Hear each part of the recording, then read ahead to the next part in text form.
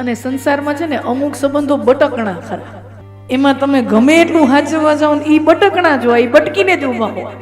સાસુ ને વહુ ગમે એટલું હાચવો ને કેદીક તો બટકીને. સંસારમાં અમુક સંબંધો બટકણા, સાસુ અને વહુ, સસરો અને જમાઈ, એક म्यान में दो तलवार नहीं रहती. ससरो ने जमाई, नणंद ने भाभी, बराबर. अमुक संबंधो एवा छे बटकणा, बहु ध्यान राखવું પડે. જરાક વિવેક ચૂકાય કે જરાક મર્યાદા ચૂકાય ને એટલી બટકી ને જ ઉભો હોય. બહુ સાચવીને ચાલવા પડે.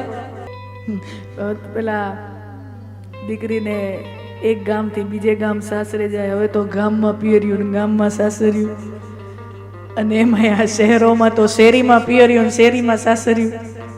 હવે એક જ ગામમાં રહેતા હોય તો આવવા જવાનું એવડે દૂર રહેતા હોય તો થોડાક મીઠાઈ લાગે ને,